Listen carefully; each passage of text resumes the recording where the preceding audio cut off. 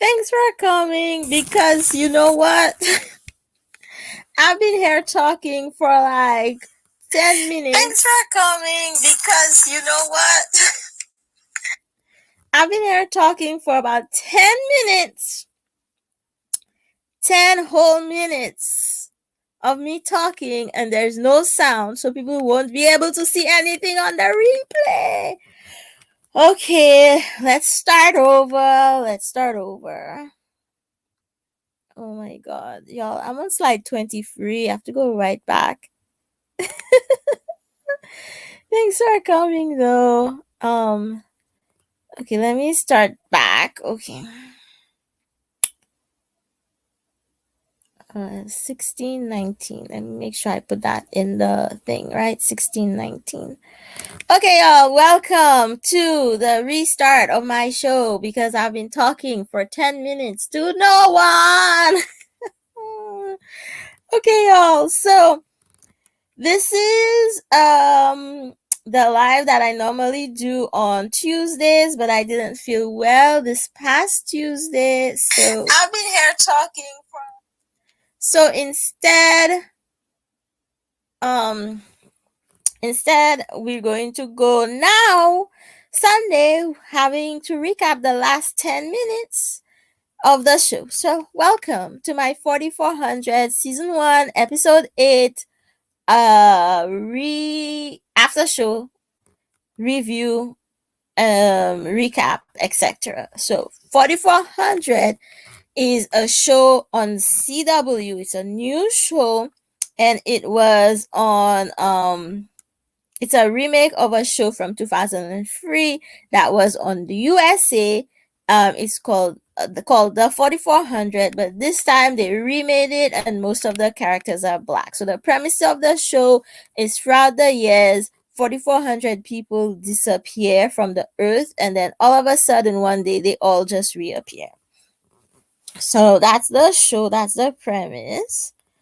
And if you would like to know more about like the show and the background and stuff, this is the eighth of the series. So I've done 7 live streams before all about the show, and I think I did 1 or 2 just like recap videos too. But there's a whole playlist, so y'all can check it out.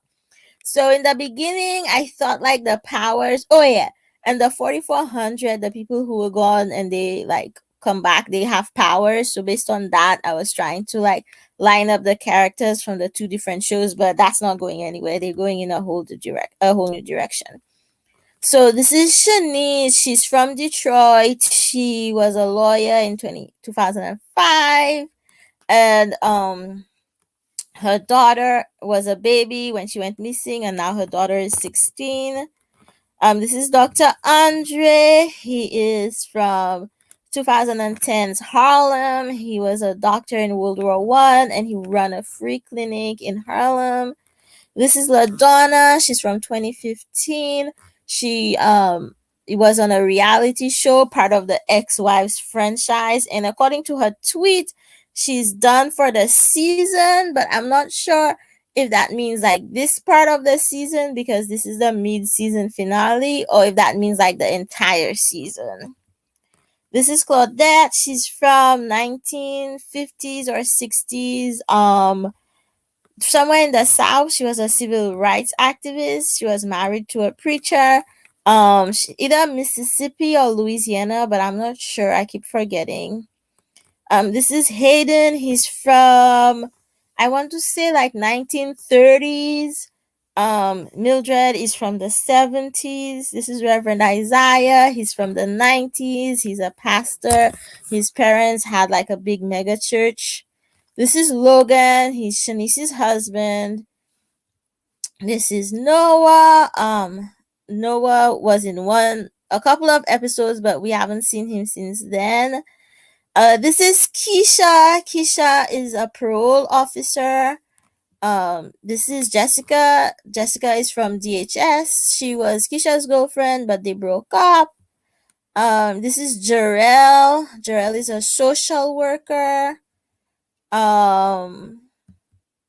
Soraya is the IT person. Mr. Green is the big bad guys.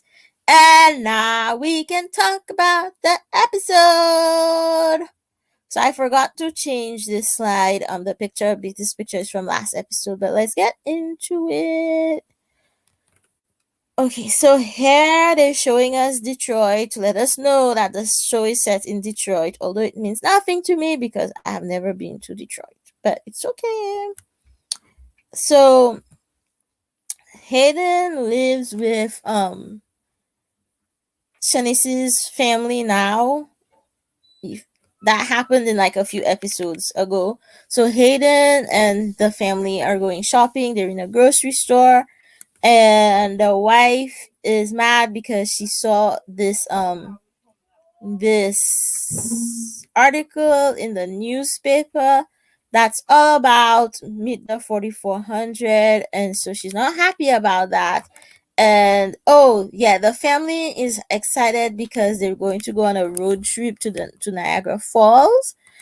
So they have to ask for a week of school for Mariah, and the wife asks Logan if he already set everything up, and he said he needs Shanice to sign, and the wife is mad because she doesn't understand why they have to get Shanice involved.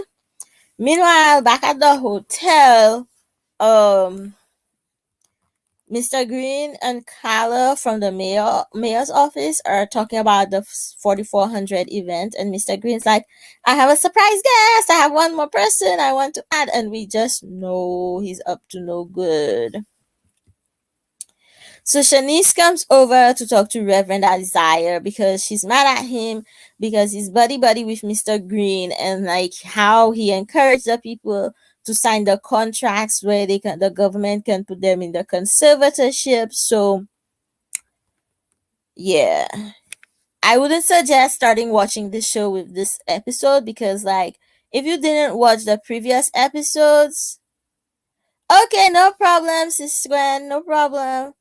If you didn't watch the previous episodes, you won't even really like be able to catch up because like you kind of have to know what's going on. Um, so meanwhile, back at the house, Logan cannot sleep because he's all like torn up because only like 3 weeks ago, no, that's not the right thing to say. Only because like he still like has to involve Shanice in Mariah's life, but he has this new wife, and like it's all confusing to him. So he's all like having all these emotions. So he's boxing, and they gave us shirtless Logan boxing because it's the CW, and the CW is nothing if not thirsty. Yes, sis. I hope I'm not giving away too much spoilers here, but a lot always happens in these episodes. Um so there's a flashback scene which is just moments before Shanice um appears, and we see that they're like happy family, and we see they're eating the Lay's because Lay's product placement. Lay's is sponsoring the series, which we are happy for, and also because I love Lay's. Love Lay's because it's gluten free. If I leave the house um before Christmas, I'm gonna get me a big pack of Lay's like this. Laurie, you here? No problem, Laurie. Luckily for you, I was already on this slide when Sister Gwen came in because no one was really in the stream, and then she let me know that no one could hear me, so I had to start all over again. But thanks for coming, Laurie. I bet you still haven't watched the show, Laurie, and that's okay. You get all the juicy details from me. So the family's in here. The family is coming in. The family's in here. They're playing their game. There's a knock on the door when Mariah goes to answer the door, and then Logan goes to check on her at the door, and that's when he sees Shanice. So that's the like memory they show us. Meanwhile, they show us more of Detroit because they showed a lot of Detroit. They were not just like one establishing shot. They were like, this is Detroit, this is Detroit, this is Detroit. I didn't catch all of them, but I tried to catch as many of them. Laurie, it's kind of funny that you haven't watched, but also you will not watch, Laurie. We can accept that you are not going to watch this.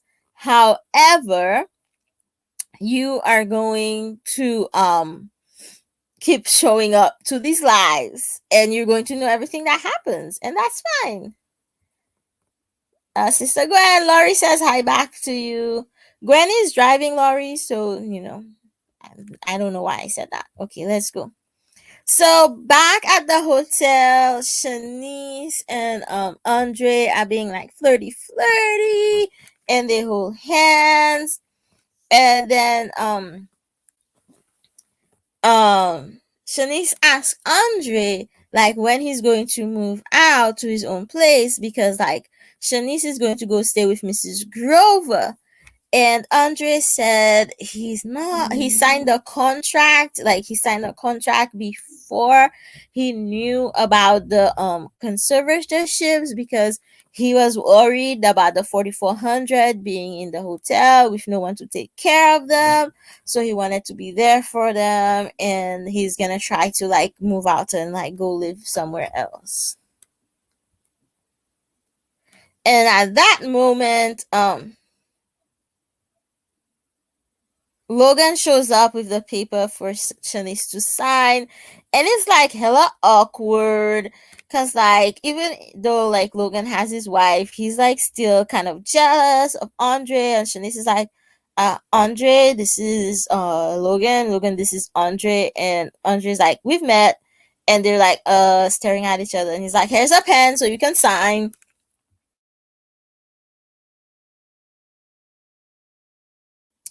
So, y'all, take a moment to just comment on Shanice's hair in this episode. I don't know if this is a ponytail. I don't know if this is tape ins, clip ins, sew ins. I don't know if it's just her hair having like a really good braid out or twist out. I do not know. But I know it looks really good. Really, really, really good. So, Carla and Jarrell take Shanice to the park, and they try to like convince her to ask her family to come on the show and play Happy Families for the American public. Hold on, y'all, hold on.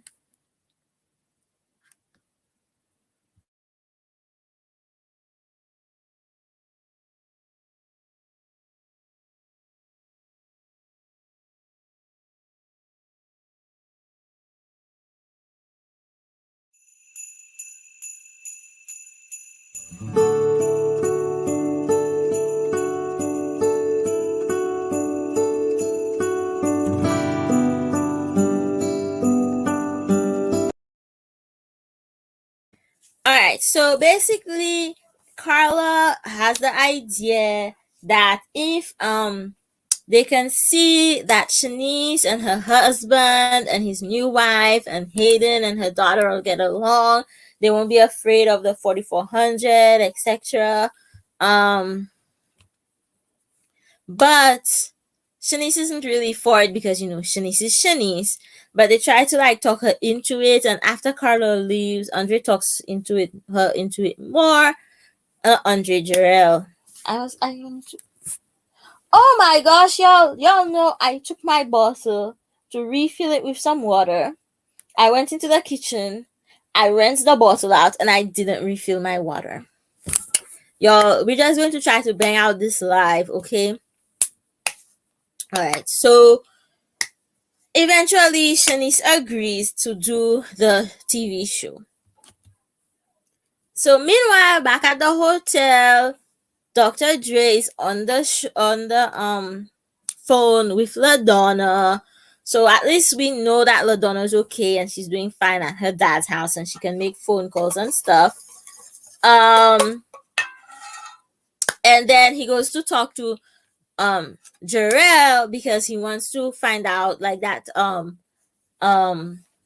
the code that he found on that piece of paper. He wants to find the rest of it. So then Jarrell is like, oh, I'll go over to Claudette's. I have to go pick up some stuff from there anyway.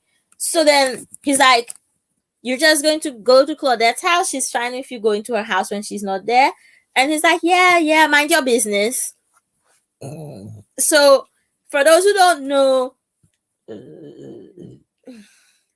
Jarrell and Claudette are kind of hooking up. And then we see Logan at a like park or something, and he opens up the letter that Shanice left in the car. He thought that was when she left, but it was previously before, when she was going through postpartum depression. And then he's like looking at the letter, and he's looking all like sad and tortured in his face. And he flashes back to like when he used to spend nights when Shanice just left over at Mrs. Grover's house. And Mrs. Grover is like, you have to go to a counselor or something. You have to deal with it. So then he comes back to present, and it's a grief group. And somehow Keisha is at the same grief group. And that threw me. I'm going to admit. Where is Sharon when I need her? I'm going to admit that threw me, that him and Keisha were going to the same grief group. Like, did they know each other from grief group before the 4400? Or did Keisha start going to grief group now after the 4400 happened? And so Keisha and Logan hadn't met yet at grief group. Like, I want to know these questions. These are important questions that I need to know. Okay, so he starts talking in grief group, and he's like, I'm Logan, and he tells them how like he was so upset when she left, and now he's back, and he thought he was okay because she's back, and he's not okay. And y'all, the people got mad. The people started yelling and said, one person's like 4400. Hey Toya, thanks for coming. People are like 4400 is a hoax. Some people are like, you got your loved one back, that's what we want. And so they're all mad at him, and he was like really upset. And so he leaves the grief group, and Shanice calls him. She's been calling him to ask him about doing the TV show. So she asks him about doing the TV show, and he's like, I don't know. So then Keisha and him talk, and I don't remember what they talk about, but they talk. And then more Detroit, because this show is nothing if not showing us more Detroit. So back at the apartment, which used to be Money's, which is now Claudette's, Jarrell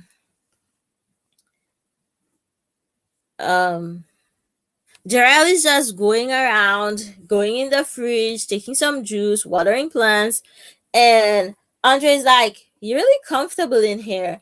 So then he tells Andre like he and Claudette had a moment, and now they're just vibing.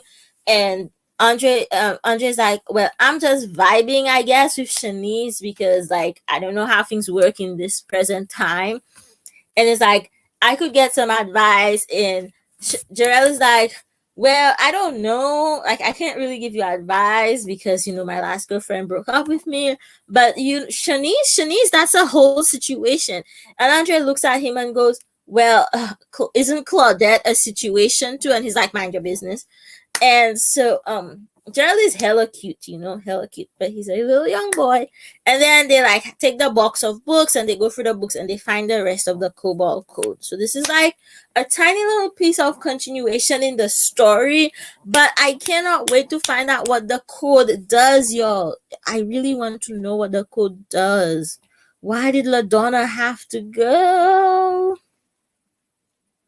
They show us more Detroit, and they're back at the hotel, and Rev is looking shifty with the TV lady. And Andre is like, is your family coming? And Shanice is like, I don't know. And then they see big bad guy Bill Green with that guy, and Dr. Andre is like, I saw that guy at Ipsy Med. That guy can start fires. He can shoot flames. And Shanice is like, So Then we cut to Jarrell and Keisha's like, they gave us tranquilizer guns. And they're like, what? Why would they give us that? And so Shanice comes and tells them about the fire starter guy. And so then Shanice goes back and she yells at Rev again for being all buddy buddy and for trying to expose their powers. So Keisha and Jarrell go talk to the fire starter, and the fire starter is from Haiti. I don't know if he's from Haiti or he's just a Haitian, but he does have an accent. And he shows them he can start fire. And he said they told him if he starts the fire, they're going to let him go. If he like shows the TV that he can start the fire, they'll let him go.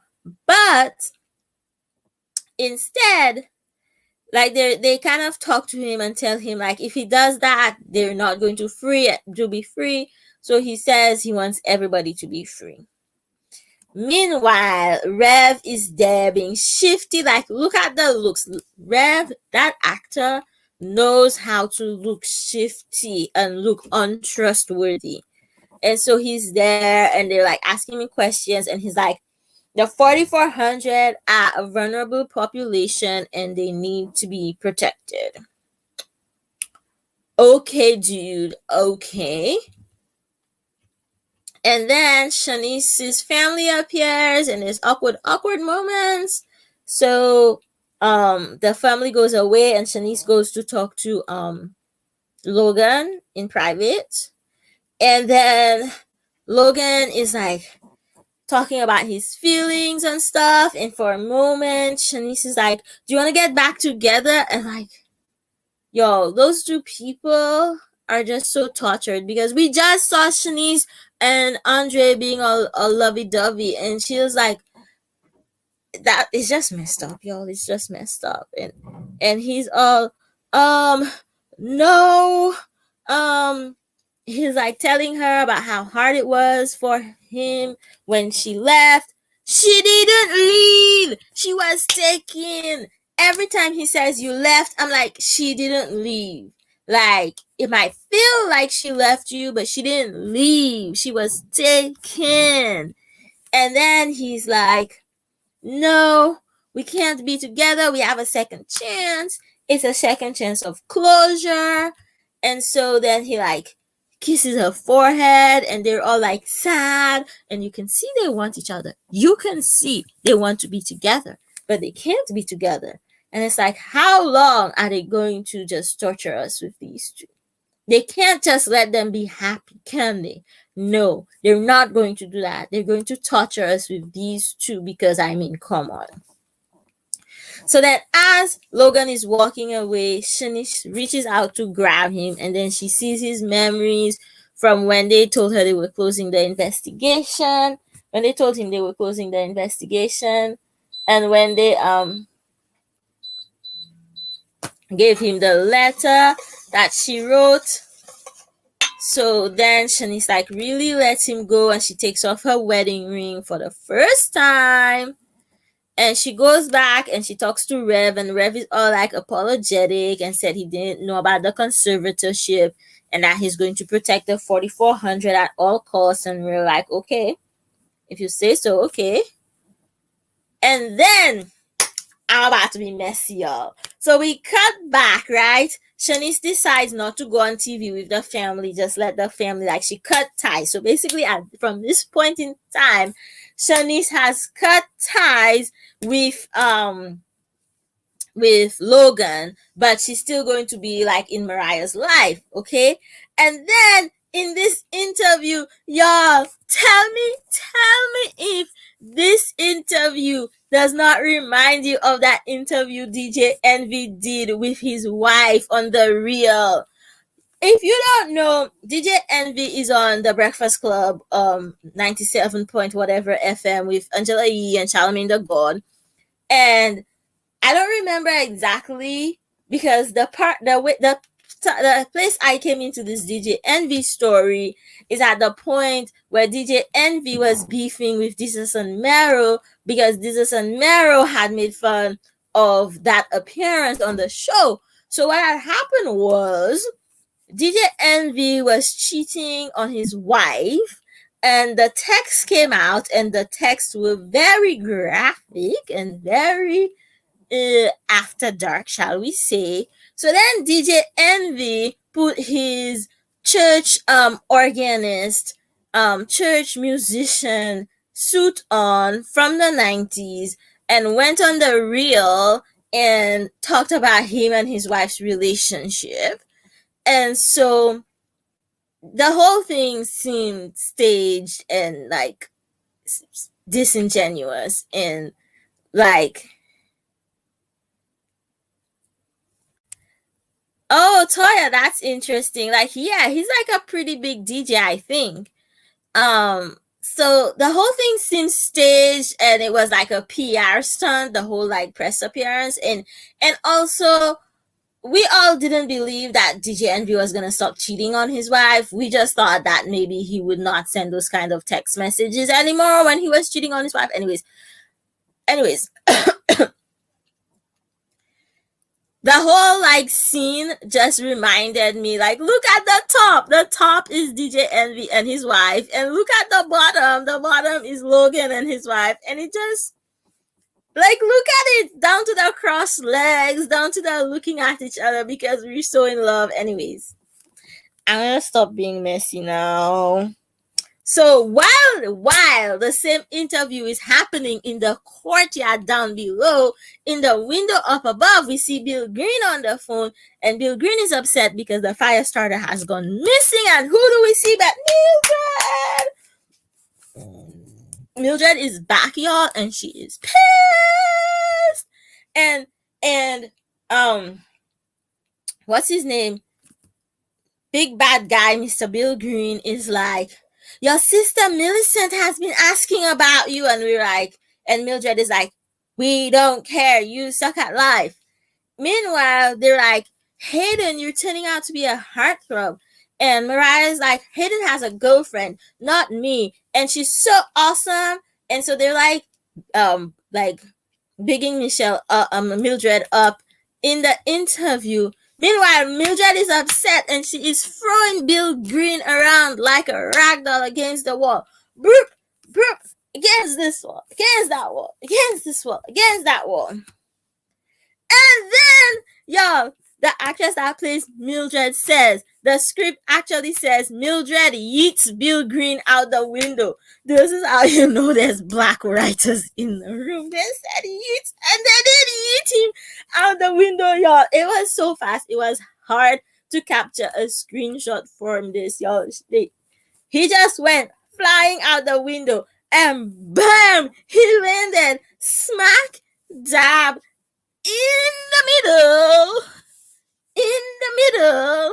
of the interview, and everybody was like screaming and running and oh my god, and pan up to Mildred at the window, and Rev walks into the room right when Mildred is doing this, and he's all, but like, what was Rev going to do in Bill Green's office? Like, what was he going to do there? I know, right, Toya? The yeeting out the window is hilarious. And so Mildred is like, blah diddy blah diddy blah diddy blah. I'll show you what I can do. And she takes this like thing, concrete large thing from the ground, and like, yes! Oh, Tanya, you missed that beginning. So right now they're doing a live TV interview to promote the 4400. And Bill Green had taken the fire starter from the previous episodes to come and show them that he can start fire and like make a ruckus. But they figured that out and they made him go away for the event to go well.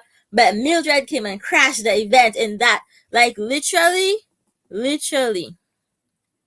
this lady is sitting there. You see all the lights? She's interviewing the family. If we go back a few slides, if we go back, let me see, how far back do we want to go? This one maybe. Yeah, this is them on the TV interview. Remember this one? This is them on the TV interview. They're sitting on the chairs, and she's already interviewed the Reverend before. So yes, live on TV, live on TV. He falls in the middle, falls from the however much office, well, was yeeted down there. It's on CW. It's on CW. It's on CW. That's all it's going to be, is soap opera mess. Every show on CW is teen angst, people, thirsty people hooking up, and soap. It's a soap opera mess. So he like fleeted out the window down directly into the center of the interview. Everybody freaks out on live TV and starts running, and he lays down flat on his back, and she pulls this thing and floats it above his head, and she's like, I'll show you what I can do. And she was about to slam it in her head when Rev catches her, like pulls her back and is like, Mildred, no. And it conveniently falls off to the side. And then she like tries to move him with her mind, and lo and behold, either her power doesn't work, right? So she can't. Her power does not work. She like tries with her mind, it doesn't work. She tries with her hand, it doesn't work. And she's like, what have you done to me? So either the 4400 powers don't work on each other, which I don't think that's true, because Dr. Dre's like healing powers worked on Claudette and Shanice. So I don't think that's true. What I think is that Isaiah has a power, and his power is that he can neutralize the other 4400s. I can't remember who in the first season that could do that could take away people's powers. Yes, Toya. Like, I never watch anything on the CW because, like, it's not grounded in any sort of reality. Like, it's just CW. Like, I never watched Gossip Girl, none of the CW shows. I was just like, I can't with CW. However, this, I will watch this. I am here for this. I'm here for all the CW soap opera glory. So then cut to him laying flat on his back, somehow doesn't die. Like, if you watch this episode, he doesn't die. The same way the other guard that fell down the stairs didn't die. So Logan is looking for Hayden. He can't find Hayden, and Keisha takes him to Hayden's room, and Hayden is looking at the shot of the video of Mildred, and I guess it's already online because, you know, everything goes online right away. So he's looking at the shot of Mildred online, and he's like all upset, and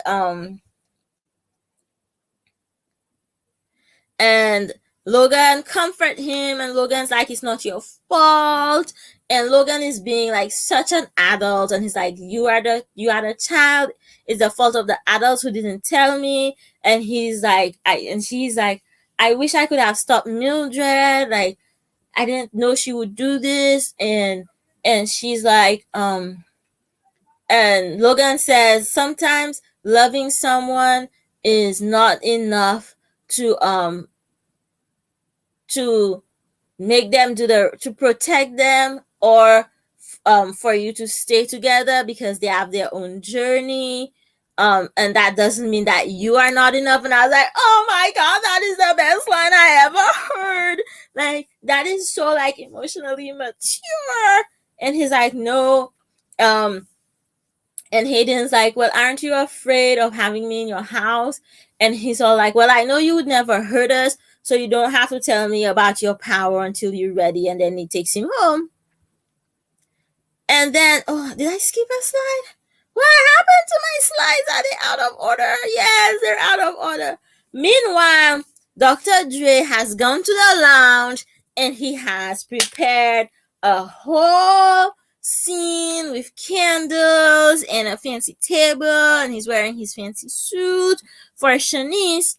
and she walks in and he's like, I may not be in Harlem, but I can make Harlem great. I can make Harlem right here for you. And then he looks at her face and he's like, what happened?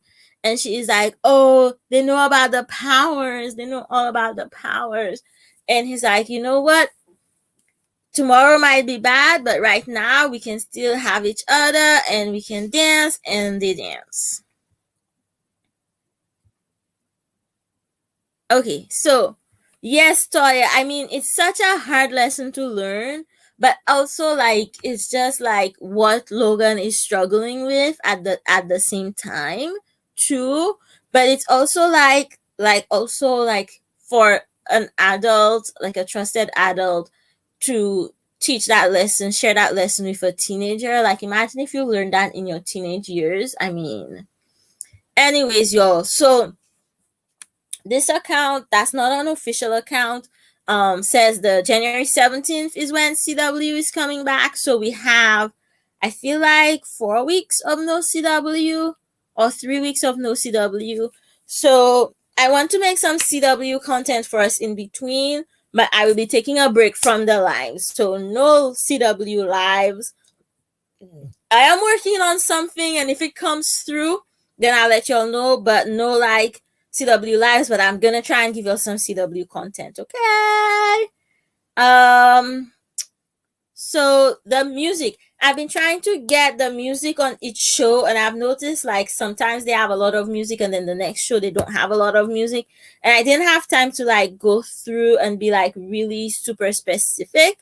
But one of the songs is Anna Sophia No Fun, but also I have like a whole playlist of all the music that's on YouTube from that they played in the show on my channel. So you can check that out if you ever like enjoyed the music on the show. Thanks, Laurie. Thanks. I know you'll always be there, Laurie. Okay, so oh, some fun stuff. Last week I forgot to share the episode with you, this picture with y'all. I didn't really see the car in the show, but on Claudette, the actress who plays Claudette, on her Instagram, she shared this picture, which I was like, oh, so classy. And again, not on her Instagram, on her Twitter. And again, this week she shared a picture of the actresses who play Claudette, LaDonna, Shanice, and Keisha at a Christmas tree, a big old Christmas tree, I think in Chicago. Wait, is that Wrigley Field in Chicago? I think that's Wrigley Field in Chicago. I may be wrong. Anyway, I know, right? Like society makes you think that all you need is love. Like there's a whole bunch of songs about all you need is love. But like, and then a lot of people will stay in unhappy, unfulfilling relationships because they love the person. But it's absolutely true that that you can love the person and not and believe, you can love the person and recognize that the best place for both of you is for you to not be together. um yes, y'all, that takes us to the end of my slides. Thank you so. Let me know in the chat if y'all have any questions, any comments. If you're watching the replay and you made it this far, thank you very much. I did film some videos for this week, so y'all should be getting a new video every day this week. And then I have some ideas for a live stream on Friday. It might be like really late on Friday night or like Christmas morning or something, depending on how I'm feeling. So keep an eye out for that. I'll try to put it up before like at least a day before something. But I'm not sure. But I have some ideas for some just like watching funny videos and some fun stuff just for like Christmas. I might make it like a members only live chat for some of it or something. We'll see. I don't know. That's it, y'all. Have a good week. Thanks so much for coming. See y'all soon. Oh, if y'all missed the videos, Yesterday I did a vlog of natural hair videos. I do not know what happened on Friday. Did I have a live stream? Oh, on Friday was my book launch. So if you missed that, you can go back and watch it. And Vlogmas continues. This is the last week of Vlogmas, and I will see y'all soon. Bye. Oh, don't forget, subscribe, like, join my memberships, join my Patreon, buy my books. Okay, that's it for now. Bye.